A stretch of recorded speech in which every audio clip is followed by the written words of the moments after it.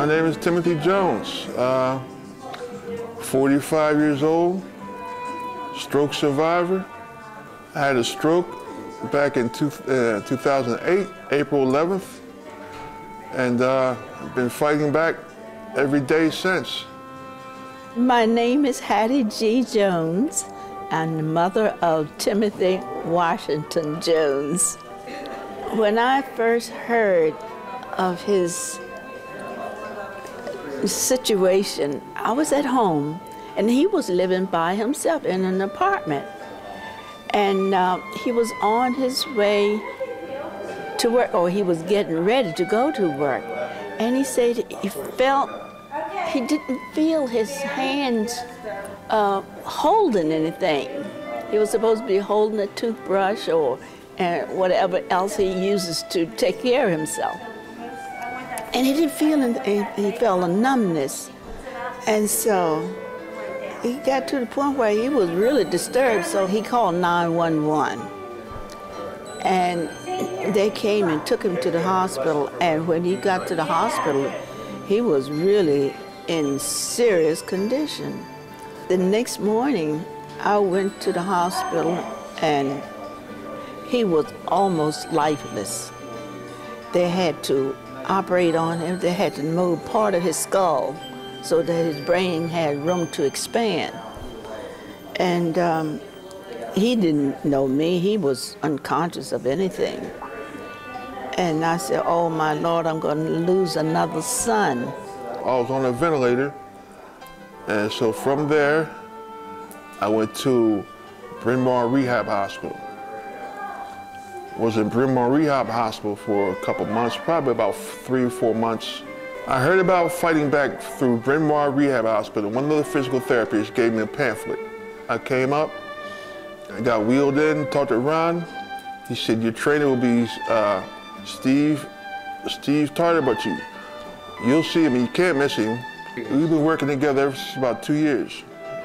Fighting Back was a very unique program that when I mentioned it to other physical therapists and other people, they've never heard of it, but then when they describe it, they smile and their mouth opens up because they say, wow, that's a very unique program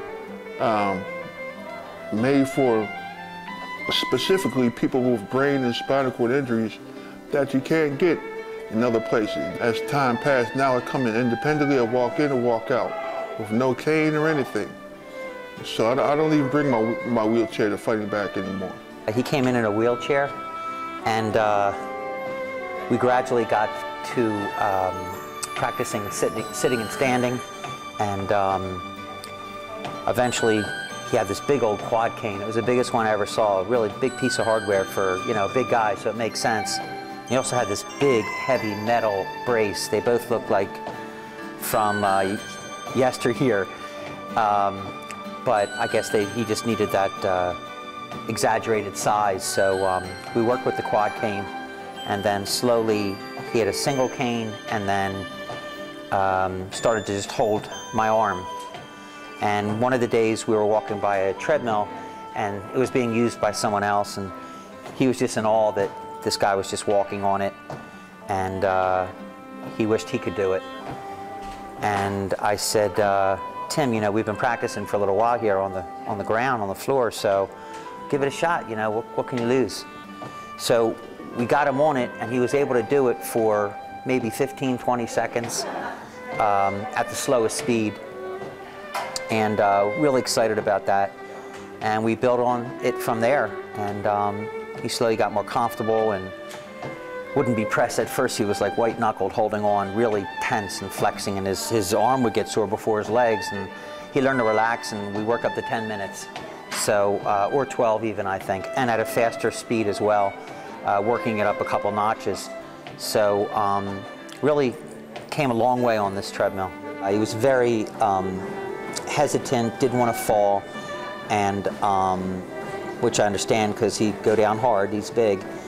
So it was really huge to break through that mental barrier, because he was a former athlete, and as we talked and I got to know him, I could see that in him. It's just his injury to the one side really was working against him, and it got into his head. So that fear we had to work through, and we slowly did. Now, before I had this stroke, I was a social worker for Volunteers of America doing foster care and adoption. I've been a social work case manager for about 20 years. It's tough on Tim because he was an athlete at a pretty elite level, and that all was taken from him, and he has memories of that. So I know that he's determined to try to get back as much as he can of that, and I feel for him, and I see his abilities, both physically, his inner strength mentally, and his determination to try to regain anything he can. He's a good patient. He was a good patient. Even though he's my son, he was a good patient. He still is. He's a wonderful person, even though I say it myself. He's a wonderful person.